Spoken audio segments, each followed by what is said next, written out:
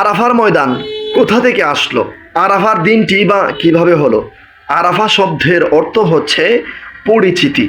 হজরত আদম আলাইহিসসালাম এবং হজরত হাওয়া আলাইহিসসালামকে যখন আল্লাহ রব্বুল আলামিন জান্নাতের ভেতর থেকে হাওয়া আলাইহিসসালামকে জেদ্দায় আর আদম আলাইহিসসালামকে হিন্দুস্তানে অবতীর্ণ করেন, তো তিনারা পৃথিবীতে এসে একে অপরজনকে খুঁজতে খুঁজতে অবশেষে একদিন 9 জিলহজ আরাফার দিনে আদম আলাইহিসসালাম ও হাওয়া আলাইহিসসালাম আরাফার দিন আরাফার ময়দানে উপস্থিত হন এবং তিনারা পরিচিত হন।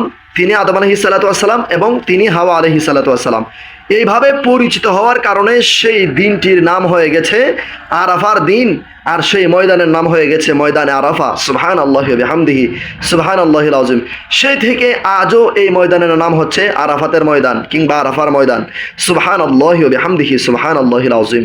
এই আরাফার দিনটি হচ্ছে পুরো বছরের মধ্যে সর্বশ্রেষ্ঠ দিন, আর এই দিনেই আল্লাহ রসুল সাল্লাল্লাহু আলাইহি ওয়াসাল্লাম বিদায় হজের ভাষণ দিয়েছিলেন। সেই দিনটি ছিল 9 জিলহজ, শুক্রবার। সময়টি ছিল আসরের সময়, যা দোয়া কবুলের সময়।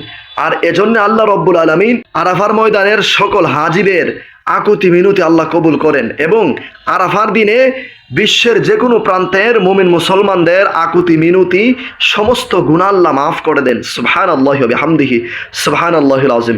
প্রিয় দর্শক শ্রোতা মণ্ডলী, আশা করছি আপনারা বুঝতে পেরেছেন। আজকের ভিডিওটি অন্য ভাই বোনদেরকে জানানোর, শেখানোর নিয়তে প্রচুর পরিমাণে শেয়ার করে সারা বিশ্বে ছড়িয়ে দিন। আসসালামু আলাইকুম ওয়া রাহমাতুল্লাহ।